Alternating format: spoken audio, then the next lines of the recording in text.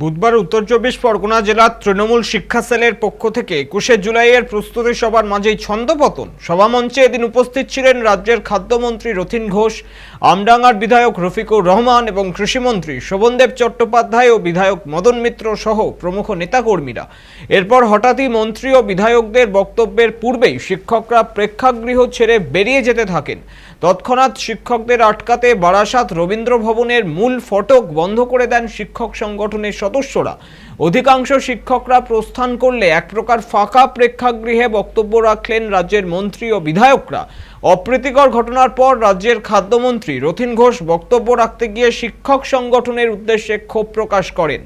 যদিও এ বিষয়ে উত্তর চব্বিশ পরগনার শিক্ষা সেলের উদ্যোক্তা দেবব্রত সরকার জানান, বেশি হওয়ার কারণে দুর্ঘটনা এড়াতে তাদের সদস্যরা গেটে তালা দিয়েছেন। তবে এ বিষয়ে রাজ্যের শাসক দলকে নিশানা করতে ছাড়েনি বিরোধী শিবির।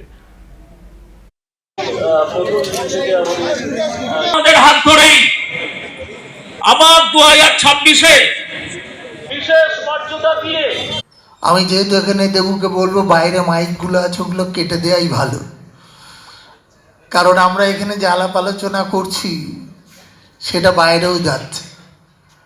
তাহলে এখানে 21শে জুলাই নিয়ে মিটিং ঠিকই, আমি যখন এসেছিলাম মোটামুটি কানায় কানায় ভর্তি ছিল। এখন যদি নিজেরাই তাকান দেখতে পারবেন সেই অংশটা নেই। তাহলে এই যে সংগঠনের প্রতি যে দায়বদ্ধতা, যে কারণের জন্যে সভা, সেই সভার তাৎপর্যটা কিন্তু খুব একটা ভালো দেখায় না। এর থেকে রাস্তার মোড়ে মিটিং করলে অনেক বেশি লোক হয়। যে নেত্রীর জন্য আপনারা যাবেন তিনি 26 দিনের অনশন করেছিলেন, আর আপনারা 2 ঘন্টাই বসতে পারছেন না, তা কী করে উন্নতি হবে? আমার তো মাঝে মাঝে মনে হয় যে শিক্ষক সংগঠনের যারা নেতা নেত্রীরা আছেন তারা শুধু নিজেদের চেয়ারটুকু রক্ষা করবার জন্যে যেটুকখানি করলে না করলে নয় সেটুকখানি করা, আর হচ্ছে ট্রান্সফার, পোস্টিং, এই সমস্ত ব্যাপারগুলো আছে।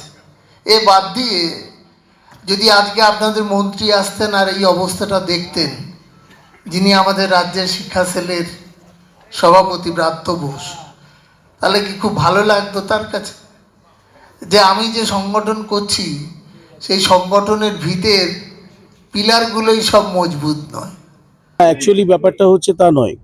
বাইরে যেহেতু প্রচণ্ড, আপনারা জানেন, এইটুকু ব্যস্ততম রাস্তা রবীন্দ্র ভবনের সামনে এত শিক্ষক হুড়োহুড়ি করে ঢুকছেন এবং সেখানে একটা যদি দুর্ঘটনা ঘটে যায় সেইটার জন্যে সেটা যেন কোনোভাবেই কাঙ্ক্ষিত নয়, সেই জন্য আমরা আপাতত আর কি এটা করেছে আমাদের যারা স্বেচ্ছাসেবক ছিল।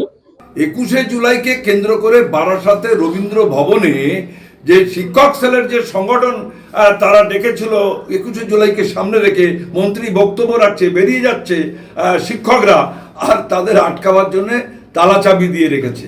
সুতরাং জায়গায় তালাচাবি দেবে?